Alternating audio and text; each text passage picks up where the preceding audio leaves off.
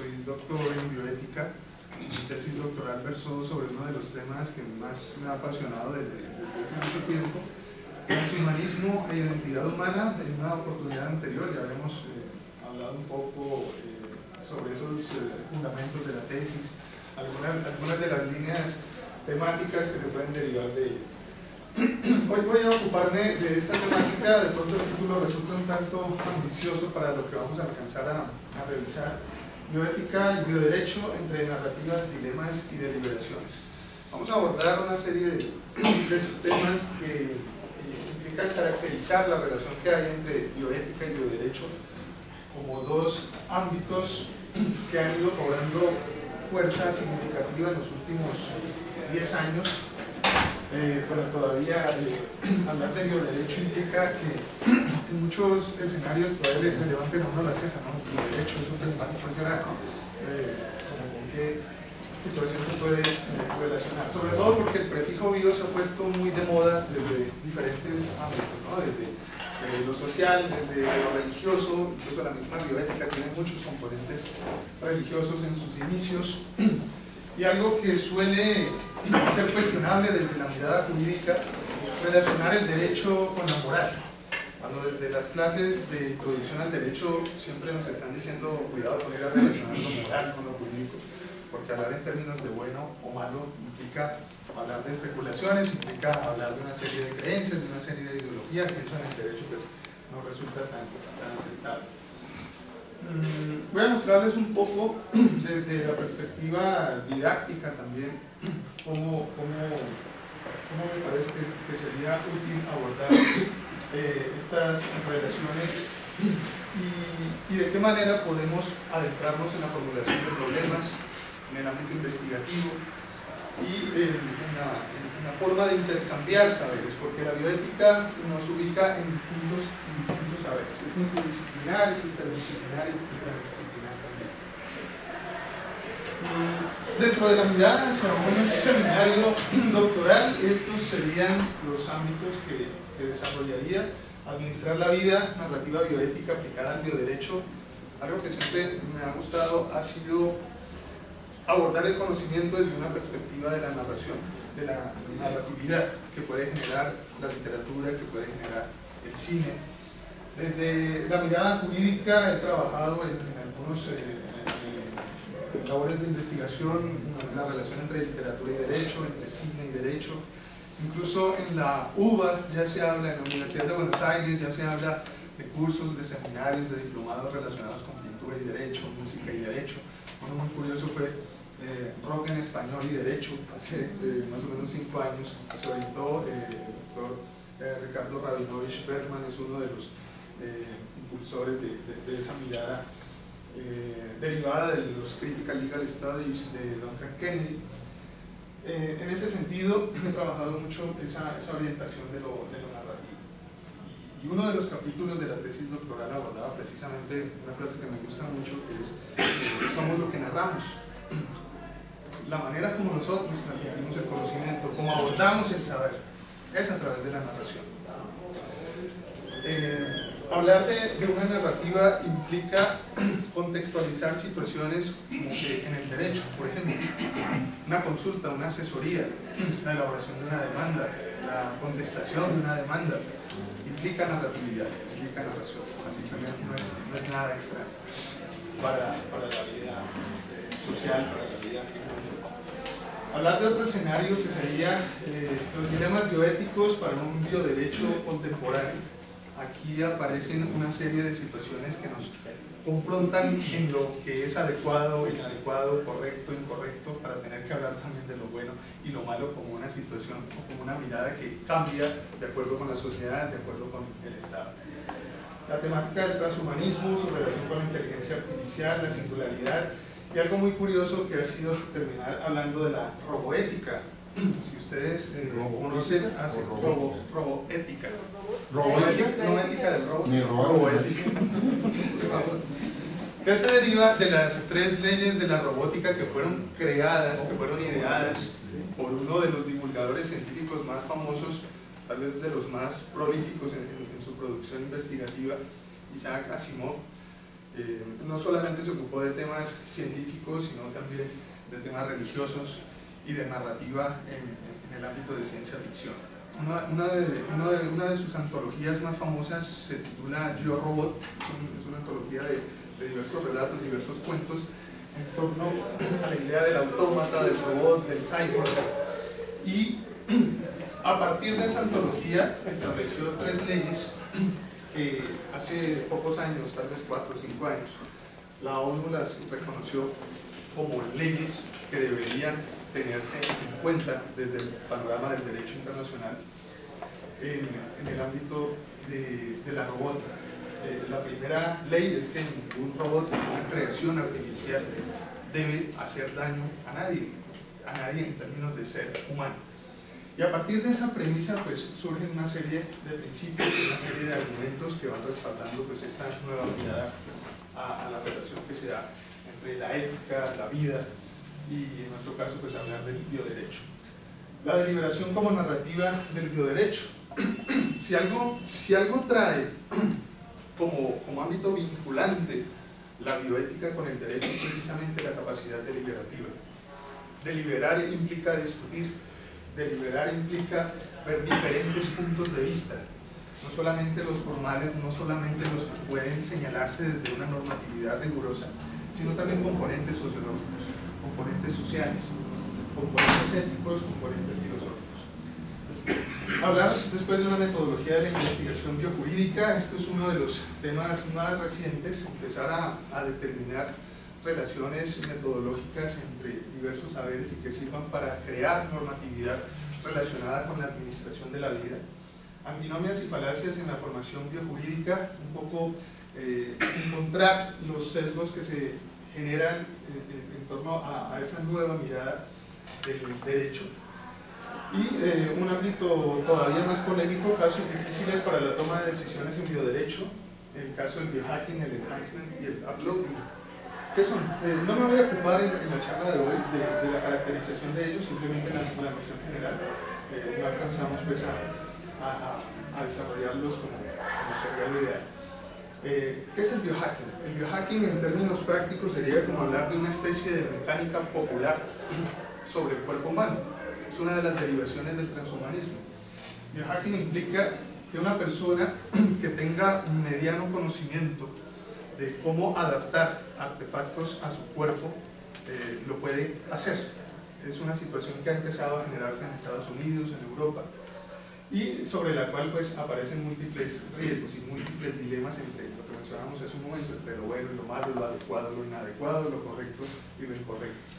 El enhancement es propiamente ya hablar de la incorporación, lo que se conoce ahora como la ciborgización, la incorporación de artefactos que permitan reemplazar alguna parte del cuerpo y mejorar alguna capacidad o alguna funcionalidad. Y el uploading, algo todavía más cuestionable, alude un poco a la película Transcendence, ahí es donde hablamos precisamente de la trascendencia como un lenguaje tomado de la ciencia ficción. El uploading, en otras palabras, es descargar la conciencia en algún artefacto informático. Una situación que todavía sigue siendo bastante, por llamarlo de alguna manera, utópica, pero sobre la cual ya se empieza a pronunciar, por lo menos en algunos principios y referentes bioéticos, la comunidad internacional. Estos serían los componentes para desarrollar el seminario.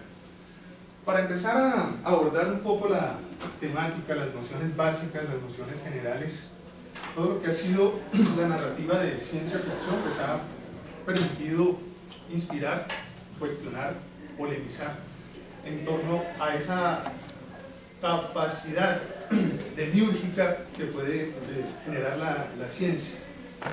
La ciencia ficción nos obliga a dar unas interpretaciones en torno a la filosofía de lo científico. En la charla de la ocasión anterior partía hablando del mito de Frankenstein, ¿no? Del mito prometeico, y cómo esa idea ha sido constante en el transcurso de la historia. Este es el póster de una de las series de televisión de mayor audiencia en la actualidad, se llama Westworld, está inspirada en una película del año 1976, en un libro de Michael Crichton, que es el mismo autor de Jurassic Park, y es una de las series que en la actualidad están transmitiendo la segunda temporada por HBO, y cuestiona muchísimo esa idea tan compleja de la naturaleza humana.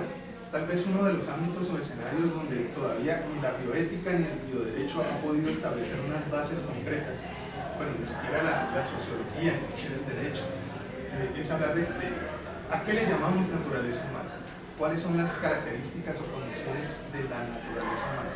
A lo largo de la historia hemos ido pasando por diversas nociones, ¿no? Hablar de sujeto, hablar de individuo, hablar de persona, pero ¿a qué aludimos cuando hablamos de ser humano? La serie es interesantísima porque cuestiona la situación de poder crear vida artificial y generar el uploading, la descarga de la conciencia en un soporte informático.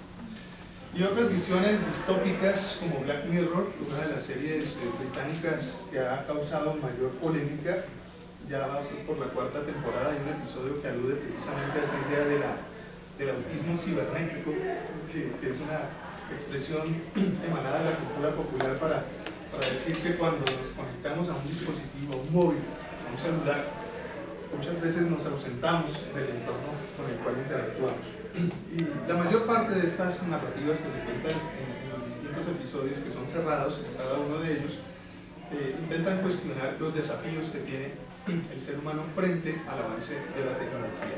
Es una mirada obligada también a la reflexión jurídica. Altered Carbon, que es otra de las series que está en la plataforma de Netflix, el mismo póster, el mismo afiche, pues lo dice todo. Uno de los temas que ha intentado abordar la bioética ha sido esa polémica de los seres humanos a la carta, de poder ser diseñado a partir de los descubrimientos del genoma humano, un cuerpo con las condiciones, características y morfología a petición del público. Otra de las series de televisión curiosas es El cuento de la criada, que alude también a una sociedad distópica muy parecida a la de 1984 del autor George Orwell, una visión totalitaria de la sociedad en la cual existe un grupo de mujeres denominadas criadas que son utilizadas, ahí el mismo póster lo señala, como objetos. Es una especie de alusión, de llamado de atención a las implicaciones éticas, políticas, sociales, incluso religiosas, que tiene la maternidad subrogada. Humans o Real Humans, que ha tenido, esta es la versión estadounidense, la versión original es danesa, en torno a tal vez la serie que más se acerca al desarrollo práctico de las 3 leyes de la robótica de Isaac Asimov. A lo largo de toda esta narrativa que quería iniciar precisamente con la alusión a cómo desde la cultura popular vamos encontrando siempre posturas, críticas, cuestionamientos, debates que generan la reflexión en torno a qué es el ser humano, cómo el ser humano ha tratado de desarrollar sus avances tecnológicos, el discurso de la ciencia para hablar de un mejoramiento social. Pues esos enfoques se han visto reflejados desde el estudio de la bioética. Esta es apenas una de las tantas nociones que podemos encontrar en distintas fuentes. Se habla de la bioética como una disciplina, no como una ciencia propiamente, que estudia, analiza e intenta responder a los problemas éticos de la vida que surgen de manera cotidiana en esta época de predominio científico-tecnológico. Cuando empieza a surgir la bioética, surge también esa reflexión o esa idea de qué tanto hemos logrado como civilización, qué tanto hemos logrado como sociedad. Una de las afirmaciones que a veces me la cuestionan muchísimo, pero no lo hago con la intención de denigrar del derecho, es decir, que si nosotros en el conocimiento jurídico tuvimos que hablar de derechos humanos, tuvimos que hablar de especialidades, tuvimos que hablar de maestrías, tuvimos que hablar de doctorados, incluso hablar de posgrados en bioética, es porque de alguna manera, como civilización, como individuos, como seres humanos, pues hemos fallado. Y sobre todo, dentro de la mirada jurídica, tener que hablar de derechos humanos es reconocer que el derecho se ha equivocado, que el derecho ha fallado. Precisamente una de las premisas del derecho era pues crear una serie de formalismos, de reglas que determinen la orientación de la conducta para evitar que una persona sobrepase el interés jurídico de sí mismo frente al otro, ¿no? Y hablar de derechos humanos es decir, nos equivocamos en esa premisa, y hablar de bioética aún más. La mayoría de las normas que iré a mencionar más adelante han surgido como consecuencia o como efecto del escenario geopolítico más importante del siglo XX, que fue la Segunda Guerra Mundial, que nos puso a prueba como cultura, como sociedad, como humanidad, de decir, oiga, somos tan creativos para administrar todas las herramientas técnicas, formales, tecnológicas, para nuestro propio perjuicio. Somos tan creativos para destruirnos. Ah, verdad, el derecho a la vida, ay, verdad que la vida es importante, ¿no? Tenemos que establecerlo en una declaración también pretenciosa con esa denominación adjetiva, Declaración Universal de los Derechos Humanos, ¿no? Cuando el mismo derecho, pues ya frente a su misma orientación, pues pretendía lograr esa idea. Se entiende la bioética también como un estudio sistemático y profundo de la conducta humana en el campo de las ciencias de la vida y de la salud, a la luz de los valores y de los principios morales. Es una de las nociones más cuestionables desde nuestra mirada positivista jurídica, porque es relacionar lo moral con el deber ser y con el ser del derecho, para lograr una eficacia, ¿no? Dentro del ámbito de la teoría jurídica siempre estamos hablando de derecho natural, derecho positivo, realismo jurídico. La bioética pretende llegar a demostrar algunos resultados en torno a esa relación que hay en esos paradigmas de interpretación jurídica. Fritz Jarr es uno de los autores a quienes se les ha adjudicado, pues nosotros estamos siempre en el conocimiento buscando padres, ¿no? Padres y madres. Fritz Jarr es uno de los que se denomina padres de la bioética. Utilizó por primera vez este término en 1927 en una publicación que se hizo sobre ciencias naturales para definir la relación que hay entre lo moral, entre la idea del deber ser, entre la idea del principio y la manera como podemos reglamentar o regular la vida humana. Argumenta que la nueva ciencia y la nueva tecnología requieren una nueva reflexión filosófica. Desde la bioética encontramos diversas líneas de orientación filosófica.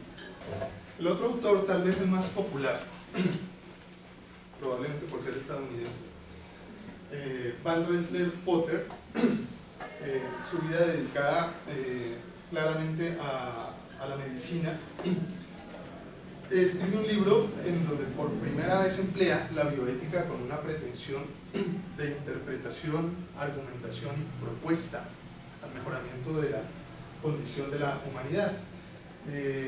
La bioética, ciencia de la supervivencia, pero sobre todo en 1971, el libro más popular, su publicación más popular, la bioética, un puente hacia el futuro. A partir de la orientación que señala en ese libro, señala que la bioética es una disciplina que combina el conocimiento biológico con el de los valores humanos. Y a partir de ahí pues empieza como a popularizarse el término como un referente académico y no solamente social o cultural. Entre los múltiples autores que podemos señalar que han trabajado la bioética, que han ido dándole consistencia, Peter Sloterdijk, Peter Singer y Gilbert Ochoa, entre otros, el libro El paradigma bioético, una técnica para la tecnociencia, nos acerca un poco a una mirada no tanto divulgativa de la noción, sino sobre todo científica. Propone algunos elementos metodológicos de cómo relacionar la bioética con diversos saberes, en particular pues, con las ciencias sociales. Él ha sido profesor invitado de manera recurrente, creo que viene cada semestre a dictar un módulo en el doctorado en bioética de la Universidad del Bosque, y ha aludido también en sus trabajos, en sus últimos trabajos investigativos, a la relación que hay entre transhumanismo, poshumanismo y trascendencia. La etimología, pues esto es algo muy elemental, muy básico. Bios, vida en general, ethos, valores, normas de conducta, para invitar precisamente a una reflexión sobre la determinación de reglas de comportamiento. Son múltiples los enfoques que tiene la bioética, lo mencionaba desde el inicio de la charla, desde lo religioso, lo biológico, filosófico, lo médico. Fue precisamente en las investigaciones, fue precisamente en el conocimiento médico donde empezó a surgir la bioética, precisamente con la influencia de Van Rensselaer Potter en el mundo académico. Y en los últimos años me refiero a últimos 40, 30 años, ha permitido abordar también o relacionar también el saber de la psicología, la ecología, la sociología, la antropología y por supuesto el derecho. Alude a diversas competencias, la bioética, a problemas éticos relacionados con profesiones sanitarias, con investigación sobre el ser humano, sobre políticas sociales. Ha tenido tanta influencia que incluso ya se habla de biopolítica también. Todas las diferentes formas de administración del poder en donde surja algún referente o alguna consecuencia o efecto relacionado con la vida, y la intervención sobre los seres vivos y el ecosistema. Como una función general de la bioética, se habla de que plantea a todo nivel la pregunta ética: ¿qué es lo correcto? ¿Qué es lo incorrecto? De acuerdo con el tipo de sociedad o de estado al que hagamos referencia. ¿Frente a descubrimientos actuales? ¿Y con qué finalidad? Para utilizarlos responsablemente para el bien de la humanidad y del medio ambiente. Desde esa mirada, ustedes detallan en las noticias hoy, ¿no? Podemos estar encontrando algún referente sobre el cual la función de la bioética pueda tener algo que decir. No se alcanza seguramente a ver muy bien el cuadro, pero algunos de los aspectos a tener en cuenta para aprender, para enseñar, para entender la bioética es que hace uso de la razón, de la conciencia, para emitir juicios de razón, obviamente, para emitir argumentos, para emitir soluciones a problemas que en derecho llamaríamos casos difíciles, problemas que pueden admitir múltiples respuestas, pero solo una solución adecuada al contexto que se está estudiando. Ofrece orientación en sentido del saber, a partir de la divergencia que hay entre lo formal, lo moral, lo ético. Estudia el comportamiento, por supuesto las normas, también las prohibiciones, las leyes, otorga educación, consejos, directrices, sabe manejar temas relacionados con la salud. Pero en el cuadro aparece más que todo la insistencia en lo que es el derecho a la salud, porque pues esa es la génesis de los mismos fundamentos y principios que iremos a mencionar ahora. Elegir entre el bien o el mal respecto al contexto en el que se desarrolla una polémica o un problema o un caso difícil, y hablar también de la conveniencia o inconveniencia de las determinaciones o decisiones que se adoptan. Trata cuestiones filosóficas como el valor de la vida, la definición de persona. En una charla anterior ya se había aludido precisamente a cómo los avances tecnológicos influyen en la misma definición o si se quiere, en la actualización del concepto de persona. Cómo estos temas relacionados con transhumanismo, con mejoramiento de la corporeidad a través de la tecnología, inciden necesariamente en la noción de persona y la relación de los humanos con otras formas de vida. Como no se restringe únicamente a problemas en la práctica médica, también podemos hablar de ética ambiental, de formulación de políticas públicas, tendríamos que aludir también al derecho administrativo, el control de la actividad científica, la biotecnología, condiciones de interacción social, biopolítica, bioderecho, educación y cultura. Y ha cobrado tanta vigencia, en particular desde el año 2005, que surge la Declaración Universal de Bioética y Derechos Humanos, por presión de países en desarrollo con el ánimo de establecer pautas, orientaciones, conceptos, argumentos relacionados con la influencia de los derechos humanos en esa noción de la bioética y cómo la bioética permite convertirse en una disciplina auxiliar para la deliberación, para la solución de problemas que resultarían trascendentales en un ámbito social. Como fuentes jurídicas que han ido desarrollando el impacto de la bioética en el mundo, en el ámbito del derecho internacional, el Código de Nuremberg del año 1947, incluso desde la mirada jurídica que ha representado Nuremberg para el mundo, que ha representado Nuremberg para para el Estado como organización de poder, que ha representado Nuremberg para el derecho. Si han visto de pronto la película Juicio en Nuremberg de Stanley Kramer del año 1962, es una película que dura como 3 horas y media, que aparte de ser una buena herramienta para hablar de derecho procesal y de los distintos escenarios o momentos o etapas de un proceso penal, aborda el gran lío de lo que significó esa frase con la que pasó a la historia, una justicia de vencedores sobre vencidos. La génesis del derecho internacional desde la mirada de los sujetos o personas naturales como sujetos de derecho propiamente dichos, la génesis de lo que hoy está tan de moda, justicia transicional. Y reconocer la justicia transicional es reconocer también errores, equivocaciones, ¿no?, limitaciones que tiene el derecho mismo. Pero una de las críticas que ha generado el tema de Nuremberg ha sido una bofetada al principio de legalidad, ¿no? Siempre que se habla de Nuremberg estamos hablando de un tribunal improvisado, de un tribunal que fue creado sobre la marcha para tratar de adaptar o de adoptar la idea de justicia en casos que no tenían precedente. Como en la conformación de ese tribunal no hubo nunca un juez alemán, principio de imparcialidad y todo el discurso que formaliza el debido proceso. Pues a partir de ese antecedente también aparecen algunos de los principios éticos básicos, entre ellos el principio de justicia, aludiendo a justicia en términos de igualdad desde la condición humana.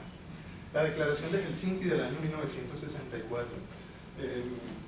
después de la Segunda Guerra Mundial van a surgir diferentes orientaciones para tratar de recabar en la idea de lo humano, en la idea de lo social, en la idea de cómo ubicar un sentido racional a los errores que comete la misma humanidad para la defensa o para la pretensión de defensa de estados, el tema de la guerra, todo lo que significó el régimen nazi, toda esa parafernalia que estuvo respaldada por el derecho mismo, de los campos de concentración, campos de exterminio, campos de gas, aparece entonces como un llamado de atención y como una necesidad de reglamentación. El informe Belmont de 1979, tal vez el fundamento jurídico más representativo para hablar de los principios más fundamentales, por colocarle un poco ese énfasis. A partir del informe Belmont se señala toda decisión bioética, toda decisión que pueda vincular la responsabilidad que tiene el ser humano con la administración de la vida, se sustenta en un principio de autonomía, en un principio de beneficencia, de no maleficencia y en un principio de justicia. Ese va a ser el referente obligado cada vez que uno se aproxima a hablar de derecho o de bioderecho inspirado por la bioética. Y entre otras formas jurídicas, las directrices éticas internacionales para la investigación biomédica relacionada con seres humanos, que se ha derivado también de otras situaciones, por ejemplo, el experimento de la Universidad de Stanford, de Philip Zimbardo, un psicólogo, que, bueno, seguramente no han podido conocer la historia a partir de películas como El Experimento, versión alemana, versión estadounidense, pero mejor la alemana, ¿no?, porque enfatiza muchísimo en la reflexión que se hace en la administración del poder. Sintetizando un poco en qué consistió ese experimento. Fue una convocatoria que se hizo a través del Departamento de Psicología de la Universidad de Stanford. El profesor Philip Zimbardo coloca un clasificado en varios diarios y convoca a un grupo de hombres para que participen en un ejercicio que consistirá en elegir 20 y sin prepararlos, sin dar ningún tipo de orientación, ningún tipo de explicación, ningún tipo de inducción, los divide. 10 van a fungir como carceleros, como guardias de cárcel, y 10 van a fungir como prisioneros. El experimento pretendía, entre sus objetivos principales, identificar durante qué situaciones, en qué tiempo, en qué etapas se manifestaban los primeros abusos de poder cuando se asignaba una responsabilidad sin ningún tipo de limitación. El experimento pretendía durar un mes, terminó durando 9 días. Incluso el mismo día en que se distribuyeron los roles y la ubicación en la prisión, una prisión acondicionada pues en una bodega, empezaron las primeras manifestaciones de abuso, ¿no? Situaciones que tienen que ver con lo denigrante, situaciones que tienen que ver con lo inhumano, ¿no? Por ejemplo, en una de los momentos en que los prisioneros tomaban su alimento, uno terminó saliéndose del rol que tenía, lo ofendió a los guardias y lo pusieron a limpiar los baños. Bueno, limpiar los baños, sí, una sanción, sí, pero con las uñas, ¿no? Entonces aparece ese tipo de comportamientos en donde se empezó a establecer un distanciamiento entre la consideración del otro, que ahora llamamos incluso la otredad, ponerse en los zapatos del otro, y la insistencia de la opresión a partir de un ejercicio unilateral de poder. El experimento de Philip Zimbardo pasó a la historia como un experimento fallido, en donde se mostró la parte terrible pues, del ejercicio del poder y la cosificación del mismo individuo. Hay otro experimento, que es el experimento de Milgram, que incluso dio lugar a un estudio científico en el año 2010 sobre la influencia que tiene el poder de la televisión en la sociedad a partir de los realities.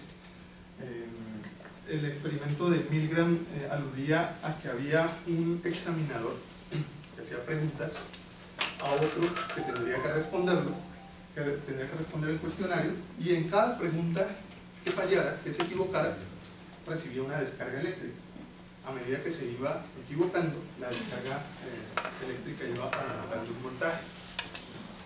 Realmente no había ningún evaluado, no había ningún examinado. El verdadero sujeto de la investigación era el evaluador, para saber hasta dónde podía llegar la respuesta a una orden directa. Y la orden directa consistía en que quienes coordinaban el ejercicio, cada vez que se escuchaba un grito de dolor por la descarga que aparentemente pues, se recibía, el evaluador siempre nunca estuvo consciente de que eso era un montaje, pues seguía avanzando hasta llegar a aplicar descargas de 200 voltios. Después, en el año 2010, se actualizó el experimento en Francia y se hizo como si fuera un estudio para un reality show, para un concurso de televisión, y se distribuyeron también los mismos roles. Había una presentadora, una de las presentadoras más famosas de Francia, entonces como que le daba ese sentido de autoridad. Se escogió un público a través de una compañía especializada precisamente en la escogencia de públicos para programas de televisión, para generar pues, en el ámbito del espectáculo. Y el examinador, de 80 personas que se presentaron, que fueron escogidas, que fueron seleccionadas para hacer el ejercicio, 72 de ellas superaron la barrera de los 400 voltios en la aplicación pues, de la sanción. Algunos se detenían a reflexionar o a tratar de buscar una aquiescencia en la presentadora, y decían, no, es que está gritando, está sufriendo mucho, no, yo me retiro. Y la orden que se impartía era, no, tranquilo, nosotros respondemos, no se deje impresionar, siga con el ejercicio. Bueno, pues no me toca a mí, hagámoslo. El experimento termina relacionando también como un fundamento teórico lo que se conoció como la teoría de la banalidad del mal de Hannah Arendt. En el libro Eichmann en Jerusalén analiza todo el devenir jurídico, social, el efecto político y social que va a tener el caso Eichmann, el caso de Adolf Eichmann, uno de los burócratas del régimen nazi, el encargado de clasificar o de ubicar a los judíos y dar la orden de transportarlos a los campos de concentración, a los campos de exterminio. Y se alude a esa idea de que cualquier individuo, cualquier ser humano en las condiciones adecuadas, respondiendo a una orden legítima, a una orden emitida por una autoridad legítima, puede ser capaz de cometer las mayores atrocidades. En YouTube pueden encontrar el documental, se llama El juego de la muerte, y aparece todo ese fundamento epistemológico, toda esa metodología que se empleó para actualizar el experimento de Milgram en el año 2010 y hacer esa reflexión tan dura. En el caso de Milgram no se superaron los 200 voltios en el caso del experimento francés, fueron más de 400 voltios, ¿no? Lo que da para pensar en el nivel de humanidad que podemos tener bajo esa pretendida expresión de civilización con la cual solemos siempre aludir al desarrollo, a la evolución de una sociedad. Otros aspectos jurídicos se derivan también de la directriz de la buena práctica clínica de la Organización Mundial de la Salud de 1975, donde por primera vez se va a aludir a uno de los componentes indispensables de la bioética en la atención médica, que es el consentimiento informado. Ahora está de moda hablar de consentimiento informado, y no tanto de moda, sino que se convirtió ya rigurosamente en una normatividad. La directriz de buena práctica clínica de la Conferencia Internacional sobre Armonización del año 1996, que genera la obligatoriedad de los principios bioéticos como políticas públicas. Ya había mencionado cuáles son. Y en términos generales, pues hablamos del principio de beneficencia, que define el derecho de toda persona de vivir de acuerdo con su propia concepción de la vida buena, a sus ideales de perfección y felicidad. Determina el deber de cada uno de buscar el bien de los otros, no de acuerdo con su propia manera de entenderlo, sino en función del bien que ese otro busca para sí. El principio de no maleficencia tiene como norma moral no hacer el mal, no causar sufrimientos ni incapacidades evitables. Es tal vez el principio más representativo del cuidado que hay que tener cada vez que se genera un experimento. Incluso hemos llegado en este momento a que así la investigación se desarrolle desde escenarios como el derecho y sea una investigación que implique aplicar encuestas, aplicar entrevistas. Tenemos que firmar, tenemos que reconocer como investigadores que no vamos a causar ningún tipo de daño, ningún tipo de perjuicio, ningún tipo de mal, ¿no? Y está derivado precisamente de lo que fue el ámbito de experimentación sobre seres humanos también en la Segunda Guerra Mundial, Joseph Mengele, por ejemplo, ¿no? El ángel de la muerte. Y ha tenido tanta trascendencia al principio que hasta para hablar de experimentación sobre animales se han empezado a establecer restricciones y prohibiciones. El principio de autonomía, que define el derecho de toda persona a decidir por sí misma en todas las materias que le afecten de una u otra manera, de aquí es donde se deriva precisamente el consentimiento informado. Determina también el correspondiente deber de cada uno de respetar la autonomía de los demás. Y el principio de justicia, que define el derecho de toda persona a no ser discriminado por consideraciones culturales, ideológicas, políticas, sociales o económicas, y el deber correspondiente de respetar la diversidad y de colaborar con una equitativa distribución de beneficios y riesgos entre los miembros de la sociedad. Ese principio de justicia está muy relacionado con el argumento que manejamos en derecho a la hora de hablar de pluralismo, de diversas nociones de justicia y también reconocimiento de otra forma de entender la respuesta de lo justo a los comportamientos. Hay una interpretación jerárquica de los principios, hay una premisa ontológica que viene a ubicar el fundamento principal en común de los cuatro principios, y es que el hombre es persona y en tanto tal tiene dignidad y no tiene precio. Hay una premisa axiológica que señala que en tanto personas todos los hombres son iguales y merecen igual consideración y respeto. En caso de conflicto, los principios de no maleficencia y de justicia tendrían prioridad sobre los de autonomía y beneficencia. Entonces, desde toda esta postura teórica se va estableciendo una noción de la bioética como un referente obligado en el conocimiento de las ciencias sociales. Para terminar, después hablando de otro escenario que es propiamente el bioderecho. Quisiera mostrarles un poco es un fragmento de una de las películas más importantes del tema bioético. El título original es Huir es una expresión anglosajona que alude, es intraducible realmente en español, pero alude a esa capacidad, nosotros en Colombia diríamos como esa chispa para ironizar, para hacer sarcasmo en torno a las situaciones más difíciles que se nos pueden presentar, ¿no? La película Amar la vida fue traducida al español, nos presenta el escenario de una mujer, de una profesora de poesía, doctora en literatura, que es diagnosticada con cáncer.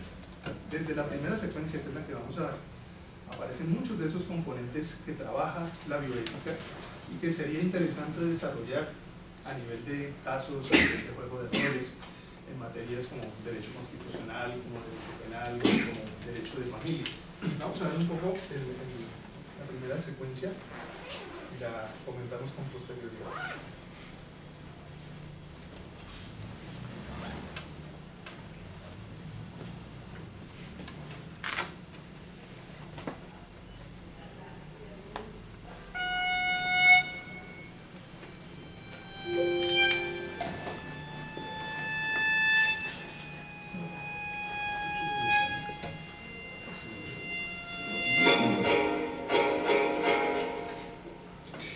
Tiene cáncer.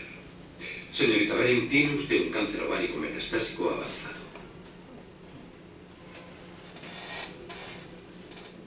Continúe. ¿Es profesora, señorita Bering? Igual que usted, doctor Gilligan. Sí, claro. Bien, verá, presenta usted un crecimiento que pasó desapercibido en las fases 1, 2 y 3.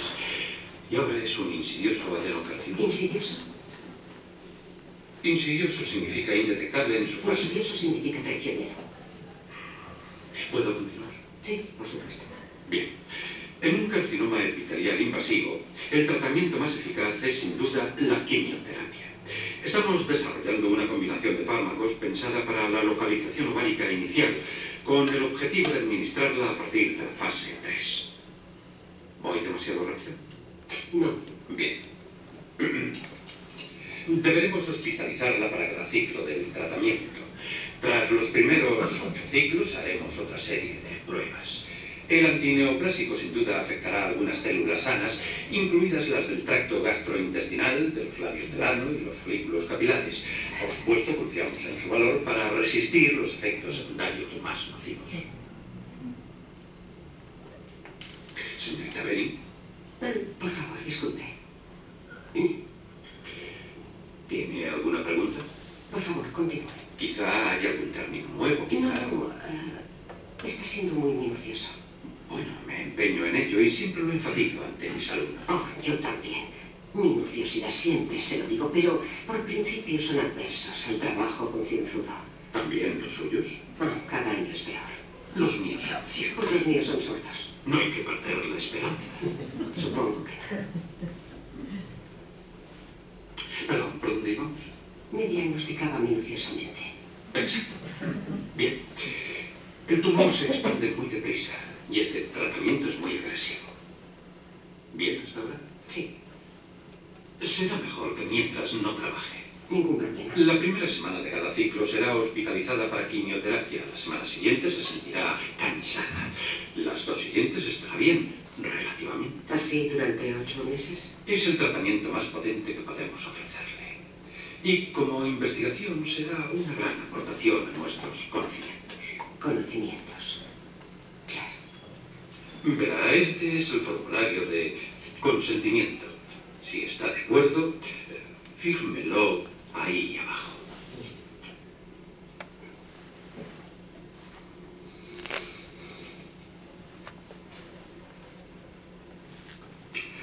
¿Hay algún familiar a quien quiera que le explique esto? No será necesario. Bien. Lo más importante es que reciba la dosis completa de quimioterapia. A veces los efectos secundarios le harán desear una dosis menor, pero tenemos que ir a fondo. Doctor Bering. Sí. Deberá ser muy fuerte. ¿Cree que podrá ser muy fuerte? No se preocupe. Bien. Estupendo.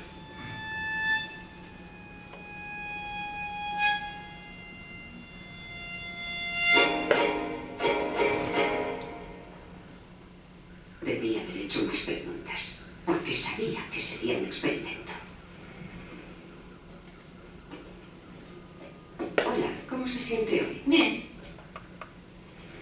Fantástico. Es fantástico. Ese no es mi saludo habitual, se lo aseguro. Tiendo a ser un poco más formal, un poco menos, digamos, curiosa. Suelo decir, hola. Pero aquí ese es el saludo estándar y yo solo digo, bien. Aunque no me siento bien a menudo, claro. Me han preguntado cómo se siente hoy mientras vomitaba en una palangana de plástico. Me lo han preguntado al salir de una operación de 4 horas con un tubo en cada orificio. Diga, ¿cómo se siente hoy? Llegará un momento en que me lo preguntarán cuando esté muerta. Lamentaré perderme eso.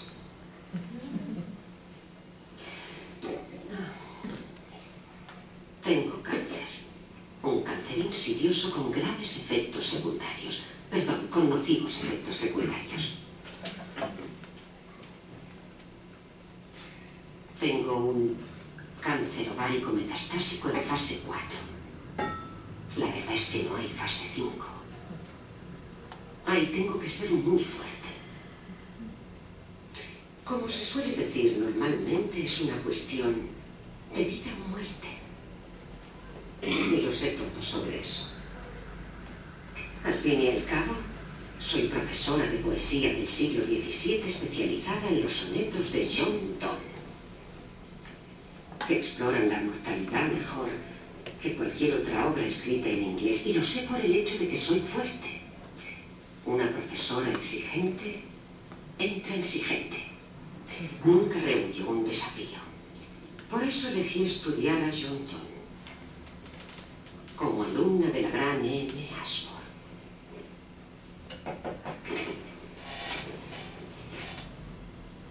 Bueno, ese era el fragmento que quería mostrarles. ¿Comentarios? ¿Qué piensan? Así, en ese tono como tan sarcástico, como tan irónico, la película va avanzando de manera muy interesante. Y casi que como que genera una especie de interiorización hacia la misma psicología del personaje, ¿no? El rol que en esa pequeña secuencia que acabamos de ver aparecen muchos cuestionamientos. Aparece el tema del consentimiento informado, aparece esa idea de la deshumanización en el trato del paciente. Ella misma lo cuestiona, se burla de su misma condición, tratando de decir, me parece que el título en español es muy acertado, pues, para un público latinoamericano, precisamente porque toda la narrativa está en función de esa idea de la reflexión. Es una de las películas, tal vez la más empleada para hacer estudios de carácter bioético en escenarios académicos, en escenarios pedagógicos, me refiero a una clase, en torno a cualquiera de estos elementos. La serie del Dr. House también tiene muchos episodios que permiten, el mismo personaje que es tan tremendo, ¿no? Que no quiere ni siquiera socializar con nadie, sino que el problema le interesa la enfermedad, y más que la enfermedad, la respuesta a la solución de la enfermedad, y después ya se desentiende del asunto, ¿no? No sé, algún comentario, alguna idea. Sí, señor. No, pues realmente le agradezco mucho por su intervención. El tema es muy interesante. Y uno de los tópicos que aparecen ahí, me parece, a mí es el tema de la humanización. Pero quisiera relacionarlo con otras dos ideas. Por un lado, el tema del pluralismo jurídico y el debate acerca de la ampliación de los derechos. Y recuerdo un caso que es muy emblemático, que es el caso Golodetocheners en Washington. Es el famoso caso donde dos lesbianas se hacen inseminar, el derecho pues les autoriza el procedimiento, y trabajan en una universidad donde la mayoría son sordos. Entonces ellas reclaman el derecho a que ese niño o ese embrión, más bien, para ser exacto, sea modificado para que también sea sordo. Pues me parece a mí que uno de los temas que está en el fondo del debate es, bueno, entonces en qué consiste la titularidad de los derechos, ¿no? Y hasta dónde la bioética y el bioderecho en particular podrían extender de manera exponencial la noción de derechos. Yo sé que la pregunta pues es inconmensurable, obviamente no es para pretendiendo que usted pues, no tiene una respuesta ni mucho menos, sino para ponerlo sobre la mesa como tema de reflexión. Muchísimas gracias. Evidentemente, bueno, el tema del bioderecho, aquí en Bogotá está el profesor Eric Valdés de la Universidad Sergio Arboleda, que tiene incluso un grupo de investigación en torno a esta temática. Vamos a ver algunos de esos elementos que de alguna manera inciden o hacen necesario acercar la mirada jurídica a la reflexión ética y sobre todo bioética. Precisamente mencionábamos que tratar de dar una noción de lo que es la naturaleza humana es meterse en un berenjenal tremendo, y que en un saber que está en construcción nos obliga a pensar desde el mismo, más que desde el rol profesional, desde el rol de humanidad, desde el rol como actor social, como actor político. Y algunos de estos elementos son los que vamos a intentar referir en esta segunda parte de la charla. El bioderecho se define como un estudio de los aspectos jurídicos de las mismas temáticas abordadas por la bioética. En particular, temas como el comienzo de la persona humana, la protección de la dignidad personal frente al avance tecnológico y biomédico, la procreación asistida, la inseminación artificial o alquiler de vientre, la relación sanitaria, el morir humano como elección individual, etc. Solamente con el primer ítem ya tenemos un lío tremendo para intentar establecer fundamentos, principios, interpretaciones, argumentaciones. El tema de nacer, el tema de morir. Y en la historia del derecho colombiano estamos apenas empezando a darle sentido a esas argumentaciones, ¿no? Todo lo que tiene que ver con aborto, todo lo que tiene que ver con eutanasia. Ahora vamos a hablar de algunos ejemplos como antecedentes biojurídicos para entender y para normativizar, reglamentar mejor la eutanasia. Pero ya con cualquiera de estos ítems ya tenemos toda una complejidad de situaciones. No en vano se cita siempre la teoría de Edgar Morin, la teoría de la complejidad, para aludir a una epistemología del bioderecho. Otros aspectos temáticos como la reproducción artificial, la manipulación de genes, embriones y fetos humanos, trasplante de órganos, ha ido generando la necesidad de pronunciamientos jurídicos. La intimidad genética, la protección de la identidad genómica y lo que mencionamos hace un momento, el aborto, la eutanasia y la maternidad subrogada. El bioderecho ha querido constituirse como aquella área del derecho que regula las nuevas tecnologías y la biomedicina. Su interés es eminentemente normativo, por consiguiente negativo, puesto que se concentra en el estudio de riesgos, peligros y amenazas de la biomedicina. Alude precisamente a toda la problemática que rige en torno a la administración de la vida. Esta es una idea o uno de los argumentos del profesor